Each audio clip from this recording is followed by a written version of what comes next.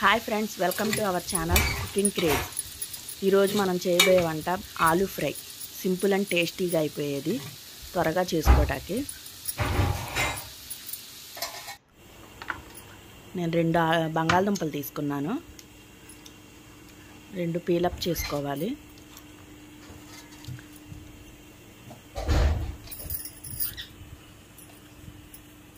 కొంచెం సాల్ట్ వేసుకొని వాటర్లో అవి 2 చెక్కు తీసుకుందాము. వాటర్లో సాల్ట్ వేసి ఒక 1 అవర్ ఉంచామంటే అందులో మనకి ఆలూ ఫ్రై ముక్కలు ఎలా కోసామో అలాగే ఉంటాయి. పేస్ట్ కింద ముద్ద కింద అయిపోదు. 1 అవర్ పైనే, 1 అవర్ హాఫ్ అన్ అవర్ ఉంచినా చాలు. అప్పటికప్పుడు చేసుకునేది ఏమైందంటే ముద్ద కింద అయిపోతుంది కూర. సాల్ట్లో వేసామంటే కొంచెం బాగుంటుంది. మనం ఎలాగా చేసామో ఫ్రై ముక్కలు అలాగే ఉంటుంది. టేస్ట్ కూడా చాలా బాగుంటుంది. నేను 2 ఆలు తీసుకున్నా, చిన్న చిన్న ముక్కలు కోసుకొని వాటర్లో వేసేసుకొని పెట్టుకోవాలి. కళాయి పెట్టుకొని ఆయిల్ పోసుకొని పోపు దినుసులన్నీ వేసుకోవాలి. పచ్చెనపప్పు, ఆవాలు, జీలకర్ర, సాయి మినపప్పు అన్నీ మనం ఏమి వేసుకుంటాం తెలుసుగా పోపు దినుసులు.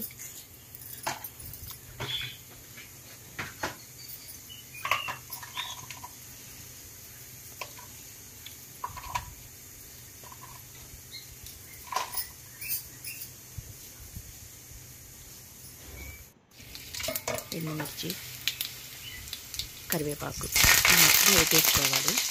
ఆనియన్స్ చిన్న చిన్న ముక్కలు కోసుకోవాలి. పచ్చిమిరపకాయలు, ఆనియన్ చిన్నది సరిపోద్ది, ఒక పాయ. అలా చిన్న చిన్న ముక్కలు కోసుకొని ఫ్రై చేసేసుకోవడమే. అందులో పప్పుచారు ఏమన్నా రసం అటువంటివి పెట్టుకున్నప్పుడు ఉంచుకోవడానికి బాగుంటుంది. అందులోకి అన్నంలో కూడా కలుస్తుంది, మనకి బాగుంటుంది. ఒకసారి ట్రై చేయండి.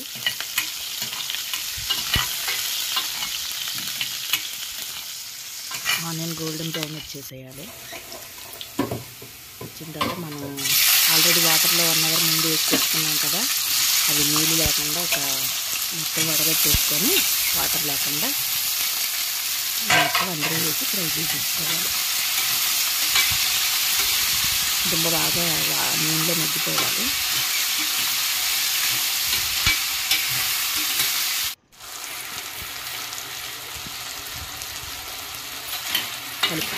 కలుపుతూ ఉండాలి, లేకపోతే అడుగంటుతుంది. ఆల్రెడీ మనం ఆయిల్ కొంచెం ఎక్కువ వేసుకున్నాము. అలాగని కూరలో ఆయిల్ ఏమి ఎక్కువగా ఉండదు, సరిపడానే ఉంటుంది.